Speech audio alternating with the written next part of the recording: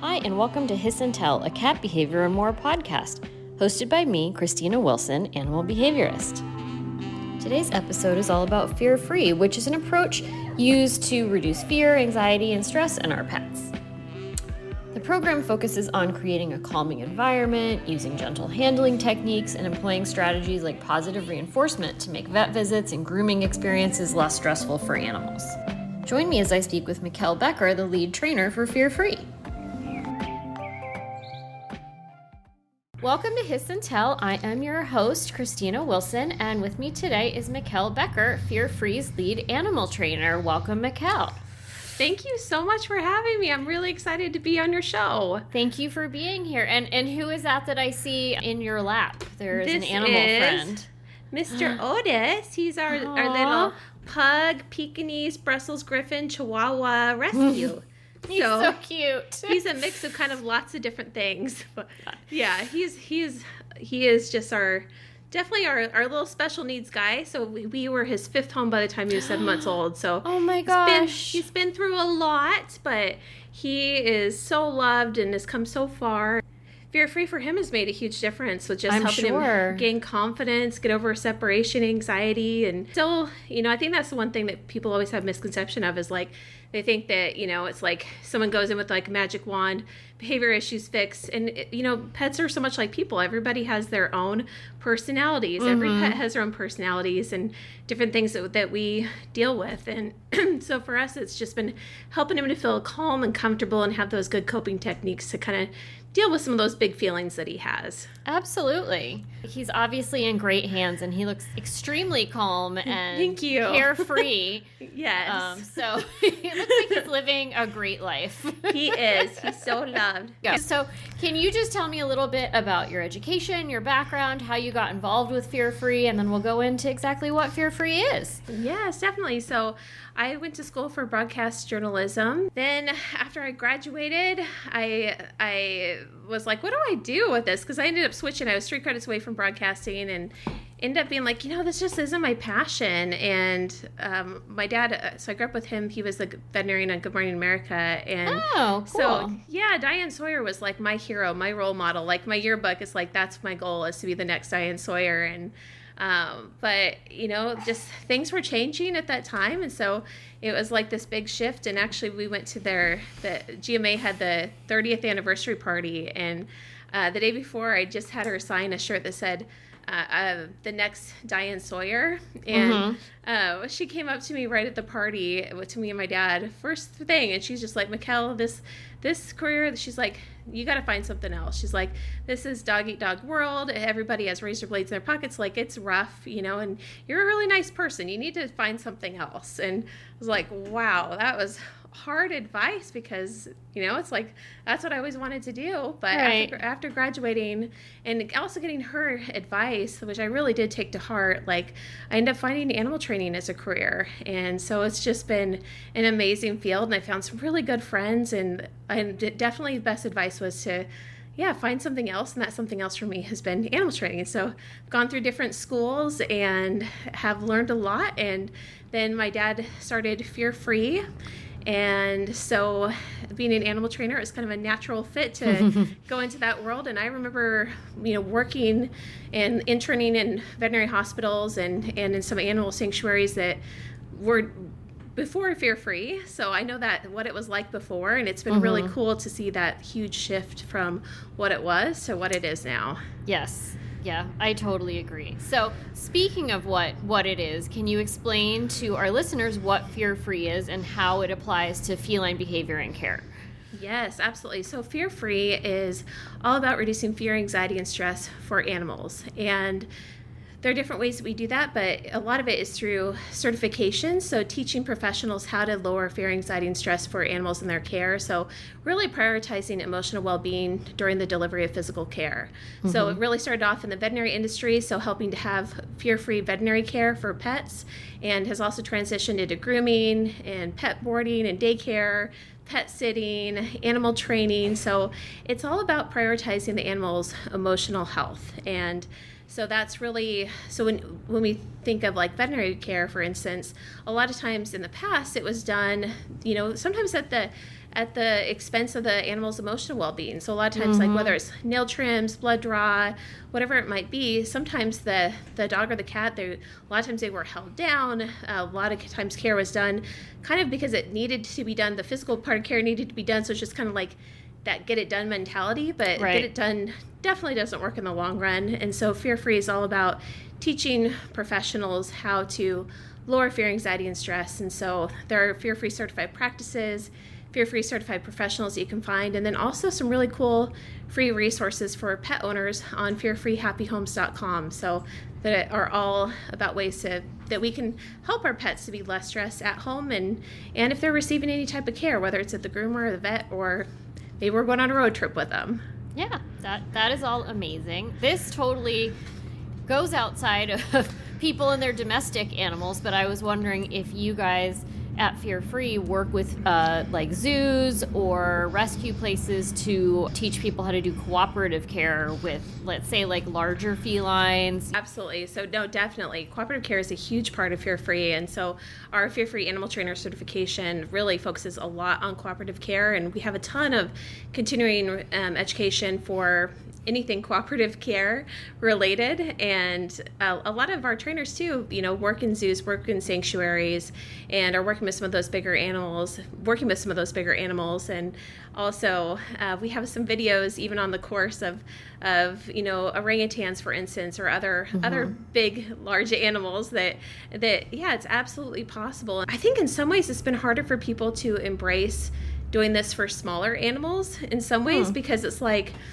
I think it makes logical sense. You can't hold down a whale or a dolphin for a blood draw. You can't force an orangutan to, let you brush their teeth. It's more, but with dogs or cats, I think in the past, it's just like, oh, well, this is just, we'll just get it done. And so I think that's been one of the big challenges, and one of the big hurdles that Fear Free is really helping to overcome is that piece of like, our animals at home deserve just as much compassionate care and humane handling as any big animal does too. So really we want to kind of treat that almost as like one and the same, and very similar training between them.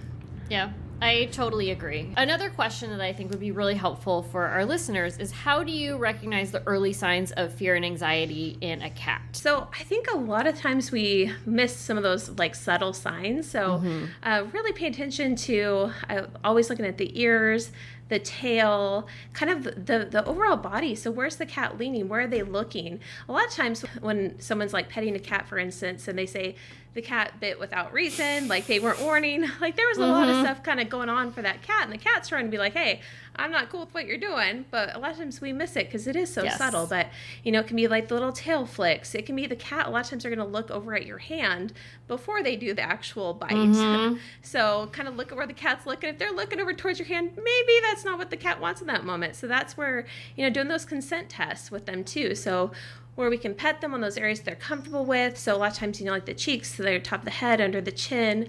Some cats may like just above the base of the tail. Other cats, that's not a good spot, but it really depends upon the cat. But being able to, pet there for a few seconds and then stopping and seeing, does the cat lean in? Do they move away? What did they do? And so really paying attention to those things. But I think a lot of it too is like the body weight. Where are they leaning? Are they leaning away? Like there's those little tiny changes are huge changes for that cat. And if we can catch that stress early, it's really going to help us to be able to make those adjustments that can help them feel more relaxed for whatever type of interaction or care that we're doing with them.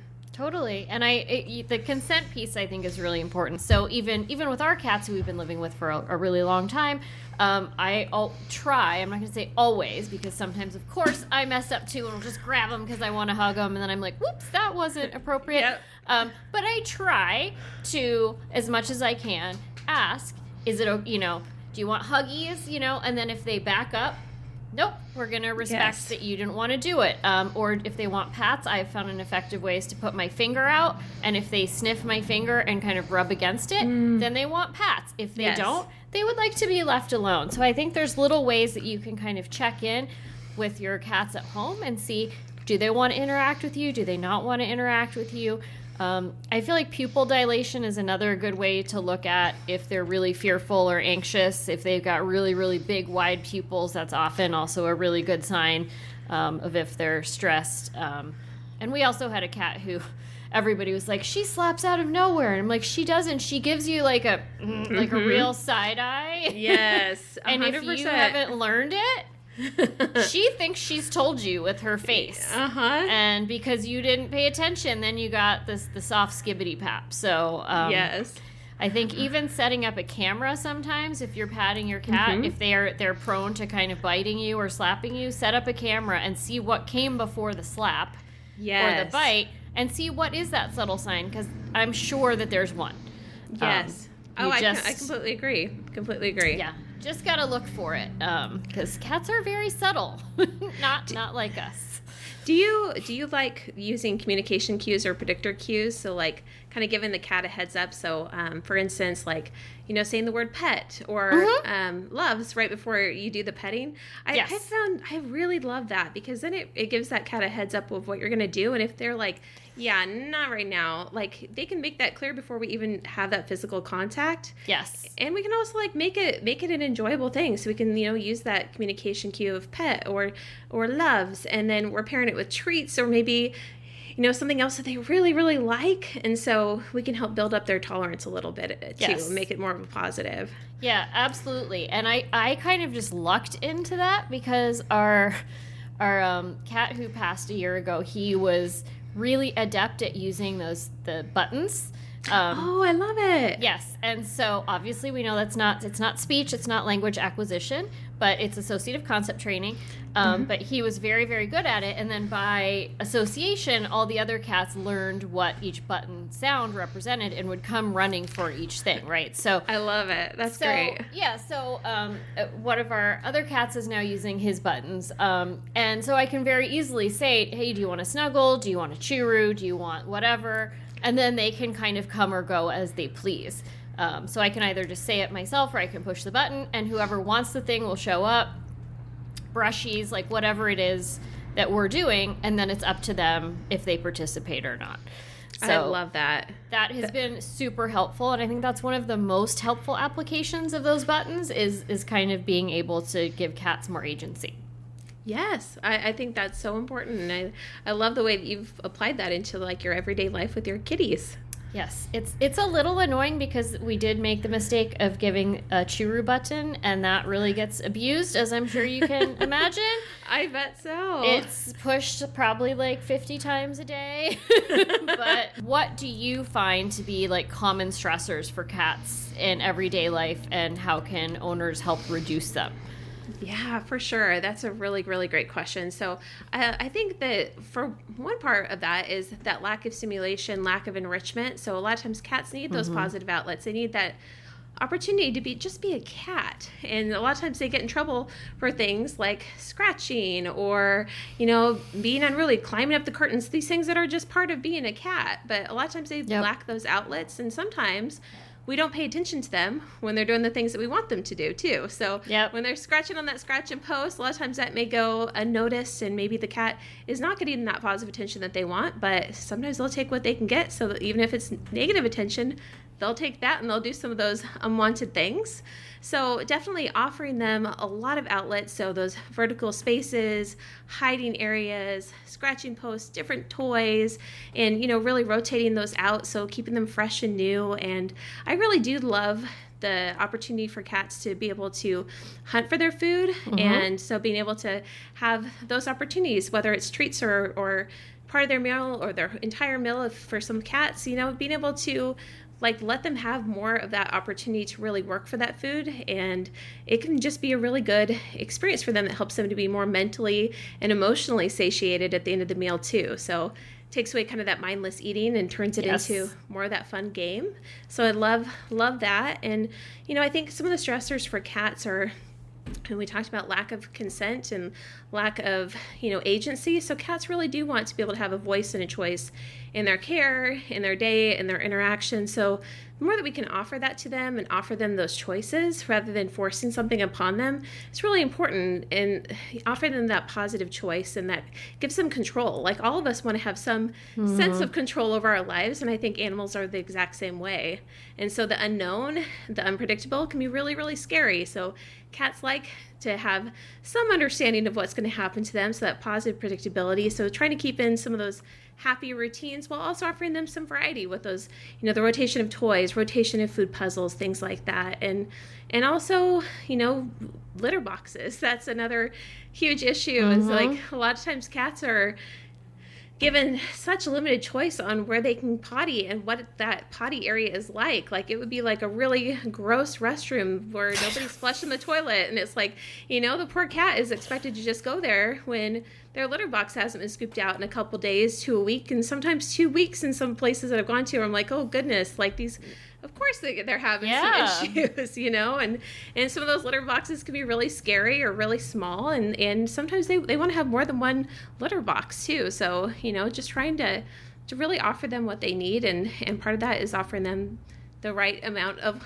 litter boxes. So, 2 for every one cat, plus 1 for every additional cat at least, and in different locations. So sometimes people think like, oh, we'll have them all in this one room. Well, to a cat, that can count as one litter box. So we really need to have those in different areas, and especially because cats definitely, there can be some of that territorial stuff that goes on between cats with certain things. So it can be scary for some cats, socially intimidating, to go to the bathroom in the area where that other cat that's maybe being a little bit of a bully kind of lurks. So they're going to go where they feel more comfortable, which maybe is going to be on the carpet downstairs or something like that. Yes, that's how I get a lot of inappropriate urination cases. Yes, because of that, because of bullying, because there's not enough litter boxes, because they're not being cleaned out enough, because the substrate is not right. Like, there's a lot of that stuff. I do want to touch on one thing that you said, just to clarify for our listeners, that you said it's great if cats can hunt for their food. Do you want to just explain what you mean by cats hunting for their food? Yes. No, thank you so much for that opportunity to clarify. So unlike, a cat going out and, hunting, for insects or mice or whatever that they may do if they were just kind of all out on their own, for us, we can create modified hunts in the home. So this could be like being able to, have little pieces of their food hidden in different areas. So this could be up on their vertical perches. There are also a lot of different really cool cat food puzzles similar to dogs, and we can change the difficulty level. So you can have them be really easy to more difficult. There are like puzzle board type of things that you can put their food on. Also canned cat food, and we can put, or any of those soft fresh foods that we can also put on different types of food mats. It takes them longer to really hunt that out. So we take it from a regular bowl, which can be mindless, boring eating, and we turn it into more of like an adventure and fun, and more of a healthy challenge for them when it comes to their meals. Yep, absolutely. And I will just say that our 10 cats eat their dry food that way. They have those little, I forget the company that makes them, but they look like little mice, and they have 3 holes in the bottom. And I love those. Yeah, we just put them in front of all the windows where they can see birds and chipmunks all day, and so they can do the full hunting sequence, right? They can do the, like, stalking and the pouncing, and then they can catch, gut, and kill and eat from the little mice, and they can kick out, like, one piece at a time. They love those things. They are emptied every day, and they'll come and find us when they need refilling and just be like, hey, can you please put some more crunchies in my mouth? And then they're ready to go for round 2. And it has been so helpful for some of the intercat aggression issues that we've had over the past year after the head of their house passed. It has been so helpful to, like, add more of those. It's really helped kind of calm them down because they're doing a species-appropriate behavior. Yes, so I love that. That's my favorite puzzle, too. And is it Doc and Phoebe? I think that's what it is. Yes. Yeah. I love that. What are some of the key principles of fear-free training techniques for cats specifically? So definitely positive reinforcement based. So we want it to, again, give that cat a voice and a choice in their care and in their interactions. So we really want to make it make it the cat's idea to participate, make it the cat's idea to be involved in their care. And so really coming at it from their perspective. So trying to set up their environment, we call it considerate approach, where we really set up their environment, set up our interactions in a way that minimizes fear, anxiety, and stress. And this could be something like giving them a non-slip surface, for instance, that they can go to for care rather than it ever being on the slippery floor or a slippery table. Like, we want to make sure that, because one of an animal's innate fear is the fear of falling. So that's just one way that we can help to really address that situation from their perspective. So getting them comfortable to start off with, but also, doing that positive reinforcement-based training, so where we can teach them what we want them to do, encourage it, build it up in little baby steps to that final behavior that we want, and also like that desensitization and counter conditioning. So, just really helping them to have better feelings about that experience. Maybe gives them a lot of stress, just helping them to feel like, oh, I guess this isn't so bad. And actually, this is actually kind of cool. I don't mind this so much. So the more that we can really address that behavior at an emotional level to help them feel calm and comfortable, the better off they're going to be, and the more cooperative they're going to be. And I think, like, when we think of misconceptions about cats, so back before fear-free, like a common term that people would use during veterinary care is, or that would even be on cats' kennels in the back, would be fractious cat, caution fractious cat. And now, like with fear-free, it's like more, that's a caution fearful cat. So what are we going to do to help that cat to feel more comfortable, to feel safe, to feel secure in their world, in these interactions? And so it's really taking it from like a standpoint of like, we're just going to address the outward behavior. This cat is really upset, they're dangerous, they're a hazard to work with, versus like, this cat is just terrified. A lot of those cats feel like they're literally going to die. And so how do we help them feel more comfortable? And so definitely modifying the environment, modifying our interactions, being able to use those rewards whenever possible, and then sometimes also being able to use nutraceuticals and pharmaceuticals to help that cat. So a lot of times we think of like the 4 F's, which are of stress. So it'd be like fidget, and then freeze, flight, and fight. And then the 5th one that we want to add in there is far out.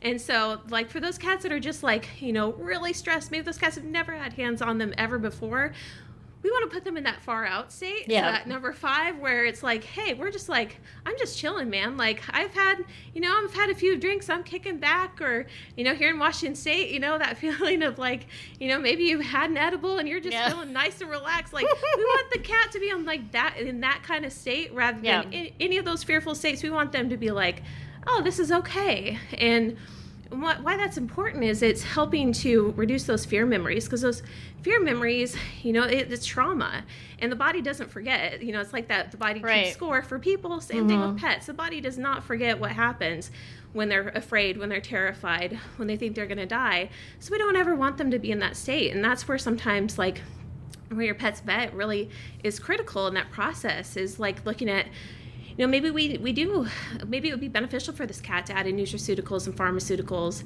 and just help them to be more relaxed with this, so their body doesn't immediately go into that fight or flight mode. So that's a really important piece of fear-free too. Yeah, I agree. And I think also, I just did, speaking of vet visits and how to keep your cats comfortable in these kinds of uncomfortable situations, I just did a really great continuing ed course in pattern games. And it was really spoken about that they're very helpful for cats going to the vet or going in, like, to uncomfortable situations, moving, doing things, so that they have a game that they're used to doing, right? And then you can present it again at the uncomfortable situation to help them kind of just tap into, like, this is a comfortable space, I know this pattern, I know what's going to go on here, this is predictable, and then you can proceed from there. So this was new stuff for me. It was a really cool class to take and to kind of learn all this new information. So I just want to throw that out for people, that if you're interested in kind of pushing it further, pattern games are an interesting new thing to learn that you could use to help kind of reduce anxiety in your felines as well. So can you give us some examples? Like, I'm now eager to learn. Like, I know like a couple I can think of right offhand would be like the 1, 2, 3 game. Yeah, 1, 2, 3 is one. that there's like so many. There's Up and Down. There's 1, 2, 3. Yeah. Oh, there's one called Look at That. Oh, Super Bowls yeah. is the really good one that I think would be helpful. I think would be really good for being at the vet. There's just several, especially that, like, if you want to try to move them out of their carrier or move them back into the carrier, that would be helpful, and could also be helpful for carrier training at home prior to a vet visit, which I also really encourage people to do. Make sure your cats are carrier trained so that they're happy to go into their carriers and find their, think about their carriers as a safe space. Great point. Absolutely. Totally agree. That's what you want to see, so many cats, that's the biggest stressor, I think, for a lot of them is, like, just from the very start, they are being, pulled out from under the bed, when the carrier comes out, it's like, oh crap, that thing's here, like, nothing good happens when that comes out of the closet. And so, it's like, the more that we can turn that into, like, fun, frequently used feline furniture that's just, exactly out, that and it's comfortable, has their nice bedding in there, maybe warming pad, like, encouraging them to go in for little treats or play, and, maybe even, like, their meal. Like, there's so many things that we can do to make it more of a friendly place. And then that carrier can also stay with them. So if they're needing to stay at the vet, one option is to be able to have that stay with them. So it can be in their cage with them, to offer them a perching place and a hiding place. And so lots of cool things that we can do that can help them to really make that, their safe space. And a lot of times they can be examined right in there. A lot of times blood draws can be happening right in their safe space. So we don't have to pull them out once they get to the vet. They can a lot of times just chill right in there, and that's a perfect place for them to be. Yeah.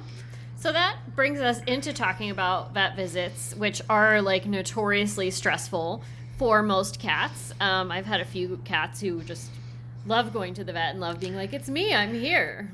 Yeah. Attention, everyone. But for most cats, they hate going, which I get. I hate going to the doctor myself, so I totally get it. But how can cat owners kind of prepare their pets for a fear-free vet visit, or for just getting their cats ready in a fear-free way? So as you mentioned, that carrier preparation is super important. And then also being able to give that cat the option to hide when they're in the car, and also when we take them into the vet office. So a lot of times we recommend putting, like, a towel or blanket over 3 sides of the carrier or crate. So that way they have the option to hide, but if they want to look out, they have that option too. And definitely when we're carrying that carrier or crate, we want to really support it, from around the sides, underneath, rather than just having it by the handle or the strap where the cat can kind of be flying everywhere. That's really scary. We don't want it to feel like an amusement park ride for them. Right. We want them to feel nice and secure, and that's our safe space. So and also when we're placing it down. So a lot of times, like, when you go to a fear-free certified practice, you're going to see things like carrier parking spaces. So where they actually have these elevated spaces that are stable, that you can put your cat's carrier up high and out of the way, so they're away from walking feet going past. Also, ideally, we also have separate entrances for dogs and cats. Yes. But even if not, a lot of times we can accommodate it in ways like, a lot of times rather than having to wait in the waiting area, a lot of times we can be ushered right into the exam room. So a lot of times you can do call-ins to be like, hey, I'm here. But rather than waiting in the lobby, it's a lot less stressful to wait in the car, because they've actually shown with research that one of the most stressful parts of the vet visit is the lobby itself. That can just be a stew pot of stress. So if we can avoid that altogether, super, super helpful. And then when we go in there, we can encourage our cat to come out of their carrier if they want to. But again, it's okay if they don't. And especially if we can get those top removal carriers, the ones where the lid can come off so they can still easily access the cat, that can be really helpful. And some cats really like to hide, so we can offer the option of a blanket or a towel. But for some cats, that can also be stressful. So if they've ever had the negative experiences of being kind of wrangled with a towel or blanket, that's not going to be comforting. And so we want to really do what works well for that cat. But for those that do like to hide, that's super helpful, where we can just expose that one area of the cat that we need to see at a time, rather than them being, all of them out there exposed, vulnerable. A lot of times the cat's going to feel safer in their own spaces, or sometimes at some vet hospitals, too, a lot more nowadays, there are elevated box areas where the cat can go. So even if they got out of their carrier, they can find other places to hide, so we can access the cat that way. So it's just all about making them feel comfortable and relaxed, and rather than kind of sometimes like in the past too, you may see the person kind of pulling the cat out of the carrier, trying to dump the cat out. Yeah. We want to avoid that, and we can encourage and coax the cat out with, some toys, some, sometimes like silver vine or things like that, if it's something the cat likes, some treats. So there are lots of ways we can encourage them to come out. But again, if they're not feeling it, we don't have to force it ever too. Right. How can owners find out or make sure if their vet is fear-free? Because I think a lot of people don't know, is my vet fear-free? Are they not? Like, what's going on? Yes, definitely. So if you go on fearfree.com or if you go to fearfreehappyhomes.com, both of those have a zip code searchable directory of fear-free certified professionals and fear-free certified practices. So you can find those that are closest to your area. And then I definitely, talk with your vet. So even if they aren't yet fear-free certified, like it's absolutely very, very doable for them to go through it. So that's definitely something that more people are asking, specifically asking for, because it's like we can want this for our cat. We can want that emotional care for them, but it's really about, making sure that the staff is invested and that they have the knowledge to know kind of what to do as well. And there's also, some other options as well. So, we think of like, there's the low stress handling certification or the American Association of Feline Practitioners. There's gold and silver cat friendly practice certifications. So those are some other things you may look at for other types of certifications that also can really complement fear-free certification, or, can be something to look for. So, for those people that, if you just want to find someone that's really on the same page, I think those are some good places to look. Okay, great. That's good, really good information. So how can fear-free techniques help with like specific behavioral challenges such as like aggression or inappropriate elimination? We already talked a little bit about inappropriate elimination. But do you have just some thoughts about how fear-free can help with specific behavioral challenges? And you don't have to give us like all the steps. No, for sure. I think it's so important. So many times like behavior and health go hand in hand. So a lot of times if that pet isn't feeling great, a lot of times you're going to notice the first changes you're really going to see are almost always going to be behavioral. So when you do see those changes, like it's important for us to not just chalk it up to, the pet's being snarky or he's just getting old. A lot of times that pet's just not feeling great. So that's where, ensuring that your pet does have that veterinary oversight and continually has a vet oversight as they're going through this behavior modification. So, being able to see, are there any underlying issues that may be contributing to this or worsening this or causing this? And so especially if we see any sudden behavior changes or, anything like aggression or that peeing outside the box, definitely super important to be able to see if there's some medical component. And then also, say that we're going right into behavior modification, sometimes medications or nutraceuticals can be really complementary to some of the behavior modification that we do. So that's where really being able to have that partnership between the trainer that you're working with the behavior consultant that you're working with, and your veterinarian can be really key, because, while medication or nutraceuticals in and of itself aren't going to be like a magic wand fix, like it's all better kind of thing, what it can do is it can help your pet to be in a better space to learn and can help to just kind of lower those stress levels and get them in that better headspace. So as you mentioned, like fluoxetine, our little guy Otis here is on some long-term medications for him. So it'd be the generic version of Zoloft. And for him, it's made a huge difference because otherwise it's like his body, it's just like with people. Sometimes people like benefit. I have Hashimoto's disease, I have to take a low thyroid medication every day. Yeah. And, and it's just that helps me to be normal, to be stable. And, and same thing, I was diagnosed as an adult with ADHD. When I'm not on my ADHD medication, like being pregnant, it's really hard. Like I don't do as well. And so it's like there are certain things that we need. Same thing with our pets. And so it's like for Otis, for instance, he is just so much more like just kind of easygoing. And what we don't want, I think there's that misconception that behavior medications turn that pet into a zombie. Yeah. That makes them like just numb, or they're dull, or they're like tired, lethargic all the time. That's not what you want to see. If you're seeing that, definitely talk to your pet's vet. Unless it's a situational medication, like for a pet with car anxiety, or maybe they're going to the vet. Sometimes those situational medications may make them a little bit sleepy, or just kind of a little bit, maybe like they've had a couple drinks kind of thing. But and that's okay for those situations. But long term, what we want to find is just something that helps them to overall just be more relaxed, more themselves. That's what you really should see from a medication. It's just letting them be more themselves and get back to that space. So I think that those can be really beneficial for helping our pets to be in that right headspace, to really retain the information, to be able to, make the most of the training that we're actually doing. I suggest those types of medications for some of my clients whose cats are obviously above threshold. Yes. Just because if your cat is so anxious, your behavior modifications are not going to be successful if they are so over threshold that nothing can get in, right? Yes. And so I think for some animals, they're really a necessity for them to be able to recover at all. You need to be able to bring them back under threshold so that then everything that you're trying to do is able to be effective, and then you can wean them off the medication if they're doing better. Yes. I totally agree. Yeah.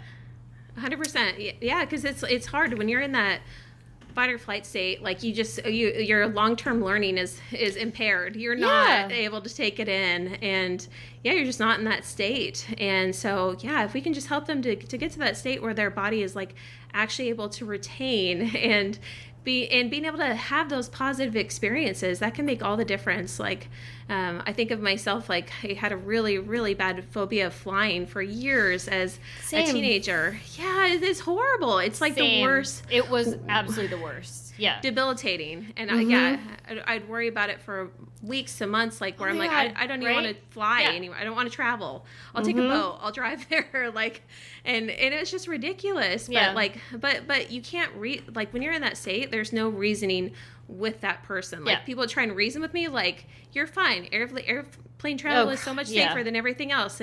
But that doesn't matter when you're in that state and you literally think you're going to die. Like, you literally think you're going to die. Yeah. And you can't even remember what's happening. Like, and that's even where, like, I would get calming medications or sleeping medication.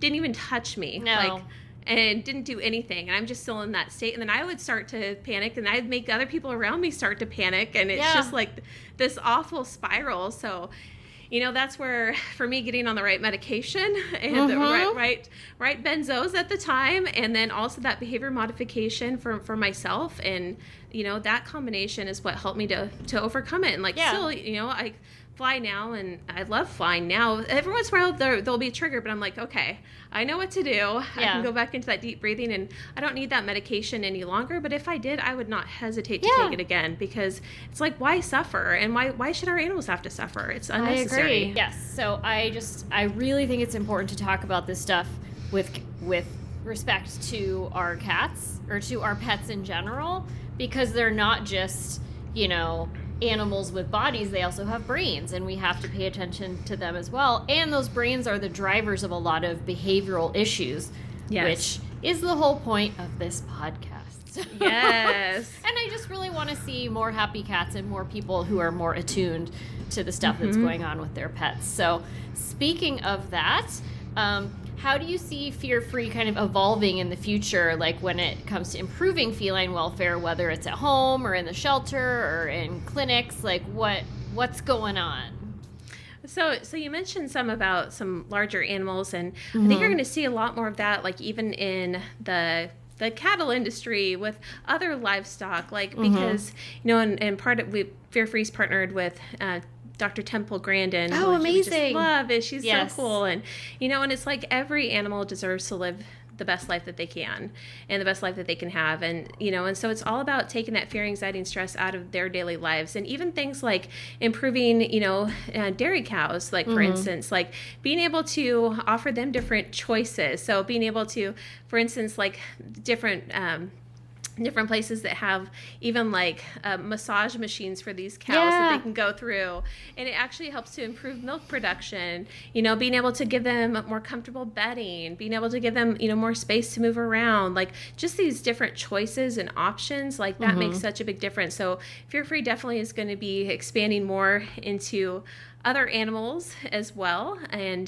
just really helping to improve their lives as much as we can. And the cool thing about Fear Free is it's really starting to expand to all different types of areas, including we have Fear Free shelters. So and that's a program that you can go through and become a Fear Free Shelters graduate. And it's all about ways that we can help to improve that animal's life when they're in rescue, and making that a less stressful experience. And so, and it's really kind of like that ecosystem of care. So wherever you're getting your pet from, trying to be able to have some fear-free like protocols going on there, that we can help to socialize these animals well if they're young, the young kittens or puppies, and to things like at the shelter, being able to make that a lower stress environment, which helps those animals to get adopted out faster. And then, the groomer, the vet, the animal trainer, pet sitting, daycare, pet sitter, maybe, and I think that's one thing we've thought about before, is something like looking at even dog walking, things like that, ways that we can help to improve that animal's lives and make it consistent across the board. Because even if you take something like nail trims, for instance, and say you take your pet, your dog, your cat to a Fear-Free certified veterinarian, if you then take your pet to the groomer and they aren't using the same kind of protocols, everything, your animal can regress, because, and sometimes that's the scary thing, is sometimes we don't know what that animal's experience is. And so someone may say, oh, the animal did just fine for me. But when you really look at it, and that's a lot of times what I'll find in different individual animals that I work with, is actually the animal wasn't fine. Right. And in fact, they were, more manhandled, or, not that muzzles are always bad, because sometimes we can train an animal to voluntarily put on a muzzle and to enjoy their muzzle, and it can offer them more freedom. But if it's just forced upon them and it's a scary thing, the muzzle in and of itself can be a big trigger, and also it can be a really big danger to that animal too, because, you increase that risk of asphyxiation, and the pet, being so panicked that they throw up and then they can choke on that, because when they're in that muzzle, like, there are just so many bad things that can happen. But even just the part of like helping our pet to feel more relaxed with care, we really want to make sure that wherever they go to, that they really have like that emotional bubble wrap around them, that they're being protected, they're being cared for during that delivery of physical care. So that's where I see Fear Free going, is for it to expand to all areas of animal life, and for that to just become even more easy to find for your pet, so it's more the standard. I hope that it does. That would be amazing. I hope so too. It would make such a big difference. It would. And one of our listener questions was, and I know this listener, and that they volunteer at a shelter, and their question was, what measures can a shelter take to become more fear-free? And outside of, taking the fear-free course for shelters, so many shelters have so many, it can be so there's so many levels of bureaucracy to go through. Yes. Are there steps that just people who are working or volunteering at the shelter can take to help the shelter, or to just do things more in line with fear-free, other than just the whole shelter saying, okay, we're going to go fear-free and we're going to take this course and we're all going to be certified? Because I think that's a big hurdle for a lot of, especially like city shelters, to jump through. Yeah, one really cool thing, just to mention it as an encouragement, is even if just one or two people go through, it's a free course. So our shelters course is completely free, complimentary. So just really truly wanting to do the right thing for those animals. But some easy things that we can do is like, when we're thinking about cats, is rearranging the way that the cat's cage is set up. So a lot of times those cats don't have a great hiding place. Cats need a good place to hide. And they also need to have their cage set up in a way that their food and their water are as far away from the litter box as possible. And so a lot of times just rearranging that, giving them that non-slip surface, those areas to hide,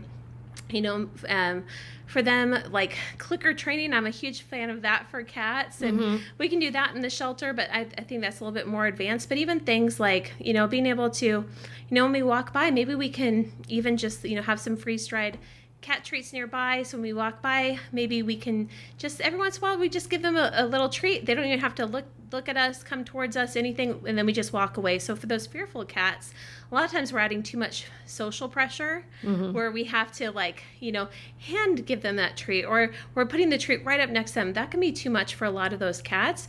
Literally, we want to make it as low pressure as possible, and we can help build their confidence over time by doing that. So just a few changes in the way that we interact with them, and being able to do things like, especially like for their veterinary care that they get in the shelter, any grooming that they get, we want to make that as fear-free as possible. So, even literally just having your veterinary team get fear-free certified is going to make a huge difference, because a lot of times that piece can be one of the most stressful pieces of all. And so if they're going in and it's like, oh my God, this stressful manhandling kind of care, that can really, be upsetting for them and kind of set them back. And instead we want them to really have that protected experience. And another thing too is, like, when we talk about hiding, so giving them those hiding areas, also giving them those options to hide. So not that they, have to be completely, curtain over all of their cage, but, maybe over part of their cage. That can be really helpful for those cats, especially those that are just kind of getting acclimated. It takes them some time. So being able to make that really a safe, secure space, and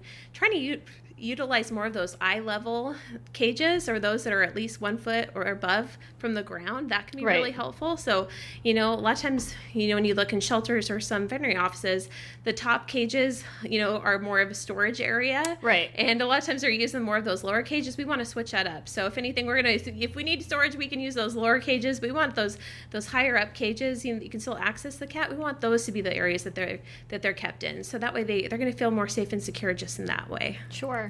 I think that makes a lot of sense, and I think people might, for some reason, think that it would be less stressful for the cats to be on the lower cages because they don't have to be face-to-face with people, not thinking about how cats are more secure the higher up they are and the more visibility they have out. So I think that's an interesting point that you bring up. And it's an easy switch that you can make, just right away. Absolutely. So just to go through a few questions from listeners, somebody asked, what are some ways to get our male cat to stop bullying his sister? We've tried everything. And this isn't necessarily a fear-free question, but they are asking you anyway. So fear-free. No, I love it, and I think, one thing that you mentioned earlier is that provision of a lot of resources and giving. So just adding in food puzzles, that can help to reduce that inner cat aggression in and of itself. So that's a big thing right there. Love that you're doing that. So I would encourage something like that too, and make sure there are ample resources. So for litter boxes, bedding, water, like anything that cat needs, like making sure that there are ample resources in different areas of the house. So sometimes that can just be a thing. That can cause some tension between cats. I'd also make sure that cat that's the bully cat, making sure that they are getting enough exercise and mental exercise. So sometimes it can just be, that stalking, that kind of play behavior, but the other cat doesn't like it. And they're so bored. It can be really, yes. So making sure that they get enough enrichment and enough play and stimulation, and so that's something that we can really work with them on, and make sure they're getting enough of that outlet, and also vertical spaces. So just by having more vertical spaces in your home, you're increasing your square footage of your home and the areas that your cats can go to, and also giving them better escape routes. So say that they, rather than the cat having to dash out of the room, maybe they can just go up to a high space to kind of get a little bit of space and to feel safe again. And so that helps to take away some of those chasing sequences too. And we can go all the way to, in some cases it's, being able to kind of go back to basics with those cats and doing more of that reintroduction. And so sometimes we'll have them,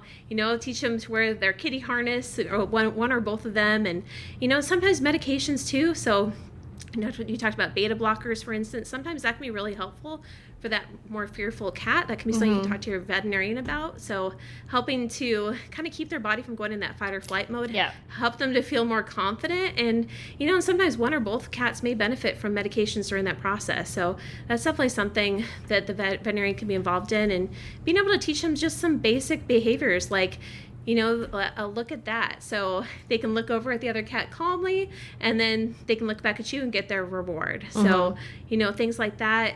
Sometimes movement can be a trigger for some of those cats. So we can work on, the other cat at a distance, doing a little bit of movement and being like, okay, we're good with that. Maybe we can go a little bit closer, and, not pushing it too much either. So giving them time, letting them have that space, and I know that's a lot, but that's kind of a good start. It takes a lot. I always tell clients that solving a behavior problem there's not one thing that's going to come in and solve it. It's like putting a puzzle together, and you have to find the right pieces that come together for your particular puzzle to solve it, right? So at the beginning, you just kind of throw a bunch of things, like you're adding environmental stimulation, you're adding intellectual stimulation, you're adding height, you're, making sure nobody's bullying in the litter box. Like maybe you're adding medication if it's severe.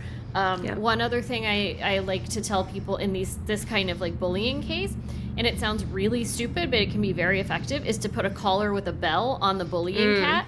Because often these cats, they get into a behavioral loop where one cat is bullying and they're enjoying stalking, pouncing, and getting, in this case, their sibling. And then the other cat begins to exhibit prey behavior, right? Yeah. So they're flinching, they're looking around, they're acting like a prey animal, which then just feeds into this circuit of one cat being the bully and the other cat being afraid, and they just egg each other on, and it gets tighter and tighter and tighter and tighter. And so if there's a bell, the cat who's afraid always knows where the other cat is, and so they don't have that prey energy anymore. Yes. And that sometimes alone, if it's not a severe case, can stop it, because it's not fun for the aggressor because they can't be sneaky. And then the other cat is no longer exhibiting that prey energy. And so sometimes that just alone stops it.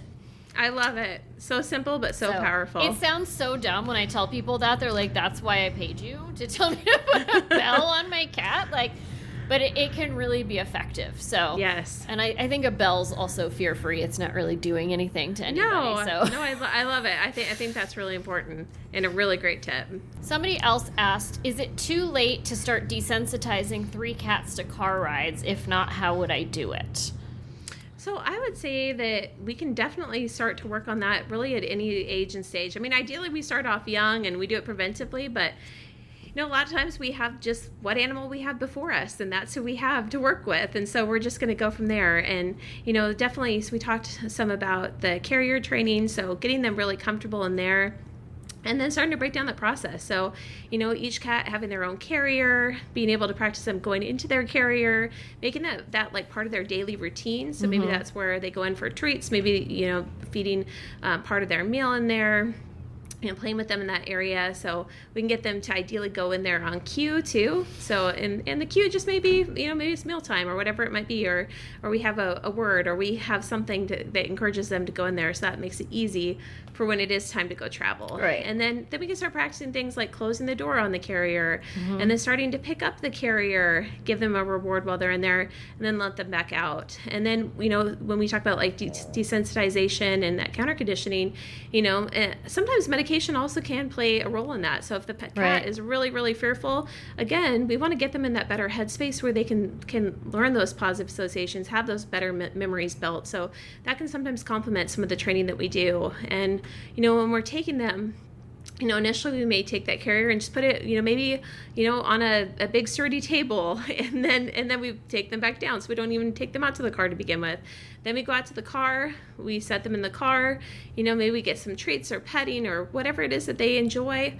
And then we're just going right back inside. We do the same thing, maybe the next day where we turn on the car, don't go anywhere, we go back inside. We turn on the car the next day, maybe put it in drive, put it back into park, go back inside. So, we can break it down, make it really, really, manageable into those really manageable pieces. So very similar to the car anxiety for dogs, we can treat it, similarly with cats. So they can definitely learn, and especially if they have that safe space, their carrier. I love sleepy pods for that reason of just them being crash tested and approved and really protective. So I love those. And the other good thing about those is that you can actually strap those in, so it limits that slipping and sliding, because that can be part of the scary part of being in the car is the carrier slipping or tipping, sliding off the seat. So making sure that they feel secure in there is another important element. So Those are all good tips, and I always like to remind people that it's going to feel like you're going at a glacial pace for you when you're doing desensitization and counter conditioning, but you want to break everything down into the tiniest, most minute little bits, and then reward, and then advance, and it will feel very, very slow, but when you do it right, you should never have to do it again, and then you'll have a very happy, adapted animal. So just to put that out there, it always seems like, even when I do it, I'm like, oh, this is excruciating, but like, it does serve you in the end, so it's absolutely worth it. Someone else said, we have a dog that is super jealous of the cats. How can we help her not to be? So definitely there are some things that we can do. So one thing that we can do is really helping the dog to understand that when the cats are around, really good things happen. So, and kitties approach, and that's when our dog gets lots of loves. Maybe they get reinforcement, they get that treat, even treating them for looking away from the cat. That can be a big deal. So giving them the alternative behavior. Maybe it's just, going into a sit or a down or going to their spot. But also, whenever we give the kitty attention, our dog gets attention too, or they get that treat right after. So if we give something to kitty, dog gets something right after. So we start to get that positive association that, like, hey, when the cat's around, actually really good things happen. And when something really good happens to kitty, like, something really good always happens to me. So we start to build that association, and also build in some of that calm patience of like, oh, I can wait for a cat to get attention because that means I'm going to get something really good right after. So that can be beneficial. So this last question is very prescient to your situation. How can I help my cat adapt to a new baby? Yes, that is definitely something that's on my mind right now, for sure.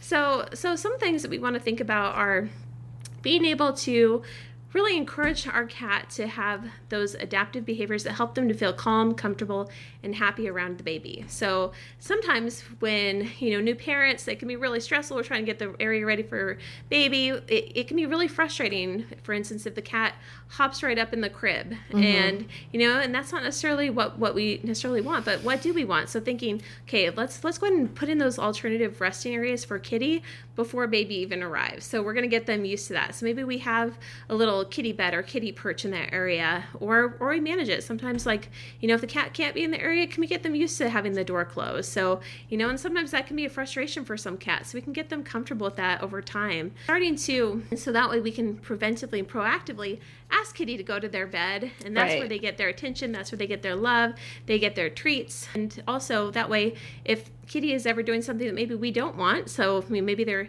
scratching on the edge of the crib, or they're getting in the crib, or they're, maybe we just need a little bit more space from baby, like we're changing their diaper or something like that, we can have our kitty go to the other area where that's where they get all that good stuff that happens. So giving them those alternatives, getting them used to those sounds.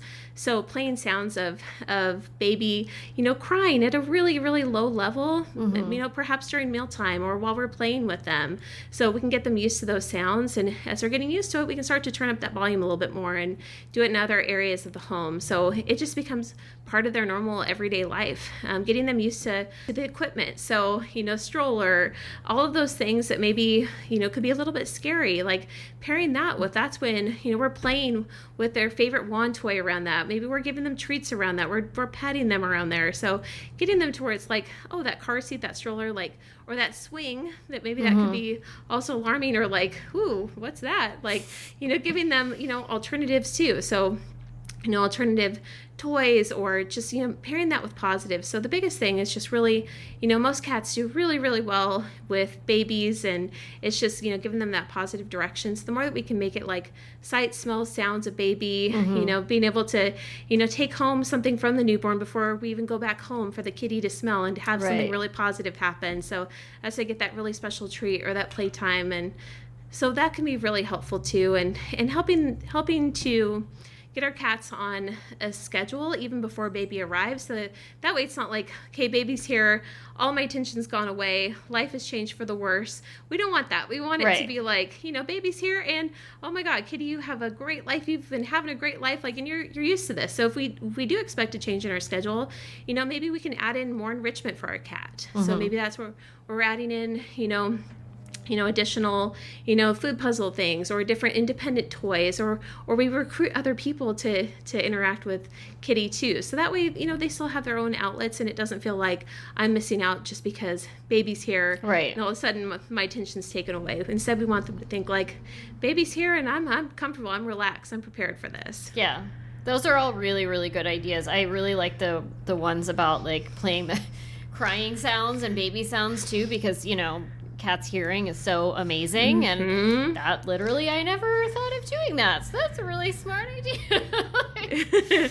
Very, very good stuff. So I want to thank you so much for taking all this time to talk with me and for giving all of us so many amazing ideas and all this great information.